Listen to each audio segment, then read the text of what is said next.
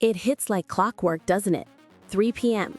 Suddenly, you feel like a zombie, craving sugar, desperate for caffeine. Productivity absolutely tanks. What if I told you that energy crash isn't your fault? It isn't inevitable, but a direct result of how you ate hours ago, and you can stop it today using simple food science. Stay with me because we're about to fix your afternoon slump for good. Welcome to Wellness Waves. Dr. Khan, that is spot on. The 3 p.m. slump is practically a universal experience. I can have a great morning, feel super productive, and then bam, it's like hitting a wall. My brain goes foggy, I get irritable, and all I want is something sweet or another coffee just to survive the rest of the workday. You've just perfectly described the classic symptoms, Sam, and you're not alone. Millions experience this daily crash, assuming it's just normal fatigue or a sign they need more sleep. While sleep is crucial, that intense, predictable afternoon slump is almost always driven by something else, the blood sugar roller coaster. The blood sugar roller coaster. I've heard that term. Can you break down what's actually happening in our bodies when we hit that wall? Absolutely. Imagine your energy levels are like a roller coaster track. When you eat certain foods, particularly refined carbohydrates or sugary items, especially on their own, your blood glucose, sugar, spikes rapidly. That's the big climb up the first hill. You might feel a temporary surge of energy. The sugar rush. Exactly. But your body perceives this rapid spike as an emergency. So your pancreas releases a large amount of insulin, the hormone whose job is to shuttle that glucose out of your bloodstream and into your cells. Think of insulin as the roller coaster car coming over the top. It does its job too well after a big spike, pulling too much glucose out of your blood too quickly. This leads to a rapid drop in blood sugar, the stomach-lurching plunge down the hill. And that's the crash? When the blood sugar drops too low? That's the crash. This state is called reactive hypoglycemia. Your brain, which relies heavily on glucose for fuel, suddenly isn't getting enough. The result?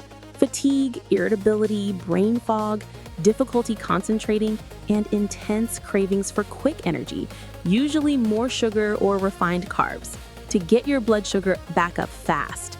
Your body also releases stress hormones like cortisol and adrenaline to try and raise blood sugar, which can leave you wired but tired, anxious, and make the subsequent crash even worse. It's a vicious cycle. Sugar spike, insulin surge, sugar crash, stress hormone surge, cravings, leading right back to another spike. No wonder we feel terrible. Precisely. And over time, constantly riding this roller coaster doesn't just ruin your afternoon productivity, it puts immense stress on your body, contributing to inflammation, weight gain, especially around the middle, and increasing your risk of developing insulin resistance and type 2 diabetes. The good news is you absolutely can get off this roller coaster. It's not about restriction or complicated diets. It's about making strategic choices, particularly earlier in the day, to keep your blood sugar stable. Let's dive into the 5 key strategies. Strategy number 1 is foundational. Prioritize protein and healthy fat at every meal, especially breakfast and lunch. Protein and fat. I know they're important, but how do they specifically prevent that afternoon crash that happens hours later? Protein and fat digest much slower than carbohydrates. When you include them with your carbs, they act like a brake on how quickly glucose enters your bloodstream. Think of it like adding fiber logs to a quick-burning paper fire. It makes the energy release slower and more sustained. This prevents that dramatic glucose spike, which means your body doesn't need to release a huge surge of insulin. No massive insulin surge means no dramatic blood sugar crash a few hours later. Protein and fat also significantly increase satiety, the feeling of fullness, making you less likely to crave snacks between meals. So, swapping my morning bagel for eggs and avocado, or having a big salad with chicken instead of just pasta for lunch, could make a huge difference to how I feel at 3 p.m. A monumental difference. Starting your day with protein and fat sets a stable foundation. Aim for at least 20 to 30 grams of protein at breakfast and lunch. Strategy number 2 is choose fiber-rich carbohydrates and pair them wisely. This doesn't mean avoiding carbs altogether, but choosing the right kind and never eating them naked. Naked carbs? What does that mean? Eating carbohydrate-rich foods entirely on their own, especially refined ones like white bread, pastries, sugary drinks, or even just a piece of fruit by itself. Fiber acts similarly to protein and fat by slowing down sugar absorption. Opt for complex carbs like whole grains, quinoa, oats, brown rice, legumes, beans, lentils, non-starchy vegetables like broccoli, leafy greens, peppers, and low glycemic fruits like berries. And crucially, always pair these carbs with a source of protein and/or healthy fat, following strategy number 1. So instead of just an apple, have an apple with almond butter. Instead of plain oatmeal, add nuts, seeds, and maybe some protein powder. Exactly. You're buffering the glucose release, keeping the roller coaster ride much smoother. Strategy number 3 is strategic snacking, only if necessary. If you've balanced your meals well, you might not need snacks. But if you do feel hunger creeping in between meals, especially in the afternoon, choosing the right snack is critical to avoid triggering the slump. This is where I usually reach for the office candy jar or a granola bar, which I thought was healthy. That's a common trap. Many healthy snacks are loaded with hidden sugars or refined carbs. Your goal for a strategic snack is the same as for a meal: protein, fat, and fiber. Think a small handful of almonds or walnuts, Greek yogurt with berries, celery sticks with hummus, a hard-boiled egg, or that apple with almond butter we mentioned. These provide sustained energy without the spike and crash. Avoid sugary snacks, chips, crackers, or anything highly processed. Strategy 4 is simple but often overlooked: hydration and meal timing. How does water affect blood sugar?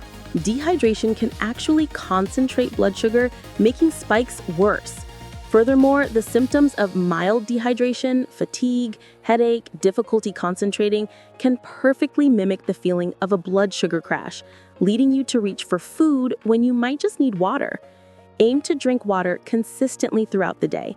Also, consider the timing.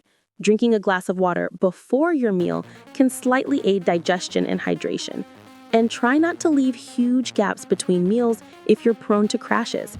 Consistent, balanced fuel is key. Okay, protein, fat, fiber-rich carbs, paired, smart snacks, hydration. What's the 5th strategy? You mentioned a surprising fix earlier.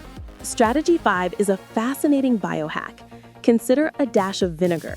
Some compelling research suggests that consuming a small amount of vinegar, particularly apple cider vinegar, about 1 to 2 teaspoons in water before a carbohydrate-containing meal can significantly blunt the post-meal glucose spike. Vinegar before eating? How does that work? The acetic acid in vinegar seems to improve insulin sensitivity and slow down the rate at which your stomach empties. It's not a magic bullet and won't undo a terrible meal, but it can be a helpful tool alongside the other strategies, especially if you know you're about to eat something a bit more carb-heavy. Always dilute it, of course. Dr. Khan, these strategies make so much scientific sense, but applying them consistently in a busy life feels like the real challenge. Do you have a story about how this worked for someone? Absolutely. I worked with a client, let's call her Sarah, a busy executive who swore she needed 2 large coffees and a pastry every morning just to function, and then lived for her 3 p.m. chocolate bar fix.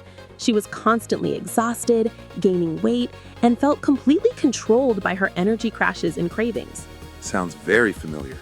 We didn't make drastic changes overnight. We started simply by swapping her pastry for eggs with spinach and avocado. Just that one change. Within a week, she reported her mid-morning energy was dramatically better, and the 3 p.m. crash, while still there, felt less severe. Then we worked on her lunch, ensuring adequate protein and healthy fats. We added smart snacks. Within a month, the 3 p.m. crash was virtually gone. She had stable energy, fewer cravings, and even started losing weight without trying. It wasn't about willpower, it was about fixing her blood sugar biology. That's incredible.